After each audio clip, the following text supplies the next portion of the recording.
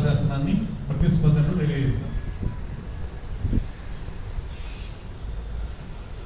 జై గోవింద, జై జై గోవింద.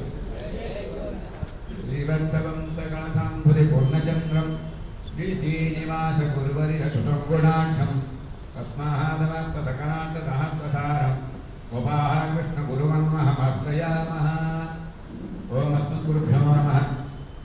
ఈ సభపై చేస్తున్నటువంటి పరమహంస పరివరాజకులు శ్రీ శ్రీ శ్రీ ప్రణండి రామచంద్ర రామానుజీయ స్వామి వారి 25 సన్నిధిలో సాష్టాంగ నమస్కారాలు పంపించుకుంటూ, అలాగే ఇక్కడ వేయించేసినటువంటి పెద్దలైనటువంటి అందరికి భాగవతంలో కూడా సాష్టాంగ ప్రమాణం పంపించుకుంటూ, స్వామాత్మం ఉన్నటువంటి అనుభవాన్ని, ఆచార్యుల యొక్క వైభవాన్ని ఒక 2 నిమిషాలు రాసులు వినిపిస్తారు.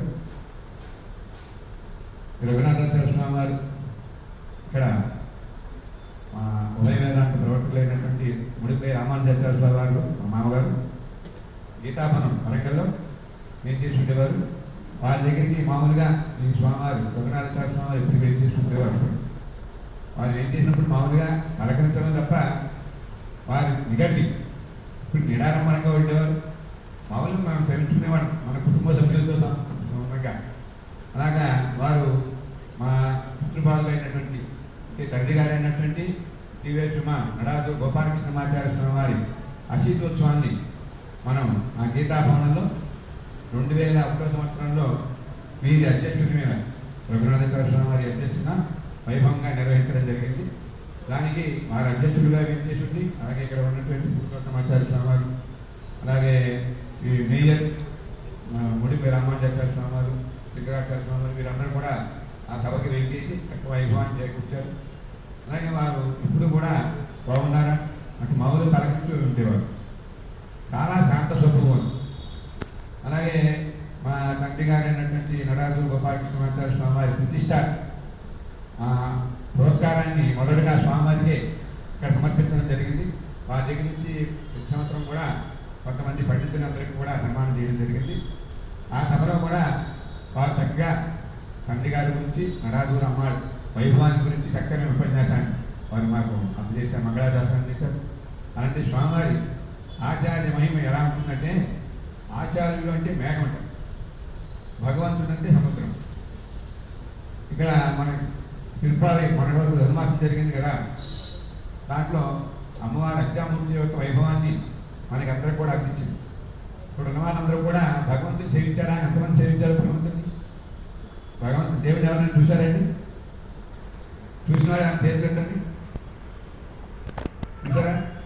మనకి స్వామి 5 రూపాయల్లో ఏం చేసి ఉన్నారు అందరూ ప్రధానందరూ చెప్తున్నారు కదా. అలాగే అత్యామూర్తి గారు కూడా స్వామి ఏం చేసి ఉన్నాడు కదా, ప్రమాణిక అందరూ రోజు చేస్తున్నాం కదండి. అలాంటి స్వామి ఇక్కడ అత్యాచారంగా ఏం చేసి ఉన్నాడు రోజులో, మనం రోజు సేవిస్తున్నాం. అలాంటి అత్యాచార వైభవాన్ని మన ఆండాళమ్మ వారు మనందరికీ కూడా చక్కగా మన తిరుపతిలో విశదీకరించింది. అంటే ఆండాళమ్మ వారిని ఎవరు కొలిచింది? అత్యాచార స్వామిగా ఉన్నటువంటి స్వామిని ఆరాధించింది. అత్యాచార స్వామిగానే పరిణయం ఆడింది. స్వయంగా రంగనాథ్ వచ్చి పరిణయం చేసుకోలేదు. అత్యాచార స్వామి మనం భగవంతుడు అనుకుంటున్నాం కదా, కాబట్టి ఆ స్వామిని సేమ్. అలాగే ఇక్కడ ఆచార్యుడు అంటే మేఘం అనుకున్నాం, భగవంతుడు అంటే సముద్రం అనుకున్నాం. సముద్రం అంటే ఆ భగవంతుని యోగ్యత గుణాలు అనేక ఉన్నాయి. ఆయనకి అగ్రాండకోటి బ్రహ్మాండం కదా, ఆ గుణాన్ని మనం అనుకోలేదు. అలాగా సముద్రంలో నీటిని మనం తాకామంటే ఒక్క చుక్క కూడా నోట్లో పోసుకోలేండి. కానీ ఆ సముద్రంలో జలం మేఘంలో ఎలా అయితే నిక్షిప్తమై తద్వారా మనకి వర్షిస్తుందో ఆ వర్షమంతా కూడా మనం తాగడానికి యోగ్యతగా ఉంటుంది. అలాగే ఆచార్యుడు అనేవారు ఆ మేఘంలాగా ఈ వేదార్థాన్ని, ఉభయ వేదాంతాన్ని అన్నింటినీ కూడా గ్రహించి మన మీద వర్షిస్తాడు. అంటే మనకి కృప చేస్తాడు. ఆ చేయడం ద్వారా మనకి అందుతుంది జ్ఞానం. అలాగే మనం చేయాలి అని మన ఆచార్యులందరూ కూడా మనం చెప్పుకుంటారు. అంటే ఆచార్యుని ఆశ్రయించే తద్వారా మనం భగవంతుని చేరాలి అనే సూక్తి మనకు తెలుస్తుంది. మొన్న భీష్మ ఏకాదశి మీకు అందరికీ తెలుసు. కృష్ణ పరమాత్మ అర్జునుడికి ఉపదేశించాడు భగవద్గీతని. ఈ చెవిలో వినిపించి ఈ చెవిలో విడిచిపెట్టేశాడు. చేయండి అన్నాడు చివరిలో. వీరందరినీ కూడా నలభై 15 రోజులు అయిన తర్వాత భీష్మ పితామహుని తీసుకెళ్ళినట్టు పాండవులందరినీ కూడా ఎవరు కృష్ణ పరమాత్మ తీసుకెళ్ళి తాత ఇదిగో పాండవులు వచ్చారు, వీళ్ళకి కొన్ని డౌట్స్ ఉన్నాయట, అంటే సందేహాలు ఉన్నాయట, తీర్చోయ్యా అన్నాడు. అక్కడ పరిస్థితి ఏంటి? భీష్ముడు ఎలా ఉన్నాడు? అప్పసైమే ఉన్నాడు, బాణాల మీద ఉన్నాడు, ప్రాణం పోతుంది. ఆయన అన్నట, స్వామి నేను ప్రాణం రేపు ఇవాళ రేపు విడిచిపెట్టేవాడుతున్నాను, ఇప్పుడు మన నా ఉపదేశం ఏంటన్నాట. అంటే అలాగనయ్యా నువ్వు చెప్పవలసింది ఏమిటి అంటే, నాకు ఏ శక్తి లేదు, చెప్పడానికి శక్తి లేదు, మొత్తం అంతా కూడా కాలిపోయింది, రక్త కాలిపోయింది, పురుగులు జీతకాలు వాన అన్నింటికి చచ్చిపోయి ఉన్నాను, ఒక ఎముకలు తప్ప ఇంకేమీ లేవు నా దగ్గర, ఇంకేం చెప్పమంటావు ఈ పరిస్థితుల్లో అన్నాడు. ఎవరు? భీష్ముడు. నీకు వరాలు ఇస్తానయ్యా, ఆ వరాలతో చెప్పు అన్నట్టు స్వామి. స్వామి నాకు వరాలు ఇవ్వడానికి నువ్వే చెప్పచ్చు కదా అన్నాడు. అలా కాదు, తత్వం చెప్పుకోకూడదు, తత్వం ఎదిగిన తత్వ ద్రష్ట కాబట్టి, తత్వ ద్రష్ట అంటే తత్వాన్ని తెలిసిన వాళ్ళు చెప్పాలి, అది ఆచార్యుడు కాబట్టి ఆ అర్హత నీకే ఉంది చెప్పవలసిందని చెప్పేట కృష్ణ పరమాత్మ. తత్వం అంటే ఏంటంటే, ఓ బెల్లం ఉందనుకోండి, స్వీట్, దాని రుచి ఎలా తెలుస్తుంది? దాన్ని డబ్బాల పెట్టి మూత తీసేస్తే నన్ను తిను అని అనుకోండి, మనం భయపడి పారిపోతాం కదా. అలా కాకుండా ఆ మధురాన్ని ఆస్వాదించిన వాడు చెప్తే ఇది చాలా బాగుంటుందని, చాలా నేసండి నెయ్యితో చేస్తారు, చాలా బాగుంటుంది, మధురంగా ఉంటుంది అన్నారు అనుకోండి, మనం ఆస్వాదిస్తాం.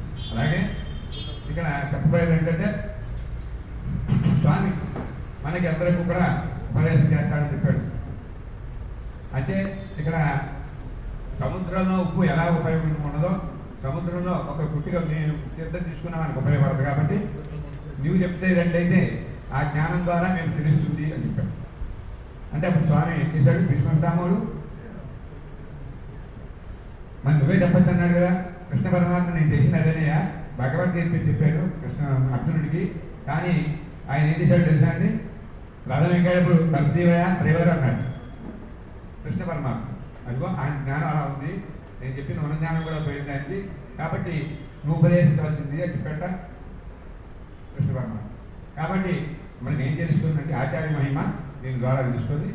ఆచార్యుడు అంటే మేఘం వంటి వాడు, సముద్రంలో ఉన్నటువంటి జనం అలాగే మనకు ఉపయోగపడదో ఆ సముద్రం ద్వారా మనం మేఘంలో వచ్చి తద్వారా మనకు ఉపయోగిస్తే మనం తాగడానికి దాంట్లో నిమిషాలు లేకుండా ఎలా అర్హత కలుగుతుందో అలాగే మనకి ఆ ద్వారా మనకి అందిస్తారు జ్ఞానులు. అటువంటి ఆచార్యుడు మన శాస్త్రరత్నాకరులు, విద్వత్మణులు, మహామహోపాధ్యాయులు రఘునాథాచార్య స్వామి గారు. వారి యొక్క పురస్కారాన్ని మాలాంటి అల్పులు, ముఖ్యంగా చాలా విద్వత్మణులు అలాంటి వారిని అర్చకులుగా గుర్తించి, అర్చకులు పాంచరాత్ర ఆగమ శాస్త్రానికి ఈ సభ ఏమిటంటే సత్సంప్రదాయ పరిరక్షణ సభ. ఆ నామకాన్ని, ఆ నామం ఏదైతే అది మనకి దానికి తగినట్టుగా మా అందరినీ కూడా సత్కారం చేయడం అనేది చాలా అదృష్టంగా మేము భావిస్తున్నాం. మీ అందరికీ కూడా సత్కారం చేసినందుకు, అలాగే సర్వోపాధ్యాయ స్వామి వారికి ముఖ్యంగా మమ్మల్ని అందరినీ కూడా గుర్తించి మాకు సన్మానం చేయడం అనేది వారి యొక్క మంగళాశాసనం, అలాగే పెద్దల మంగళాశాసనం, రఘునాథాచార్య స్వామి మంగళాశాసనంగా మేము భావిస్తూ జై గోవింద.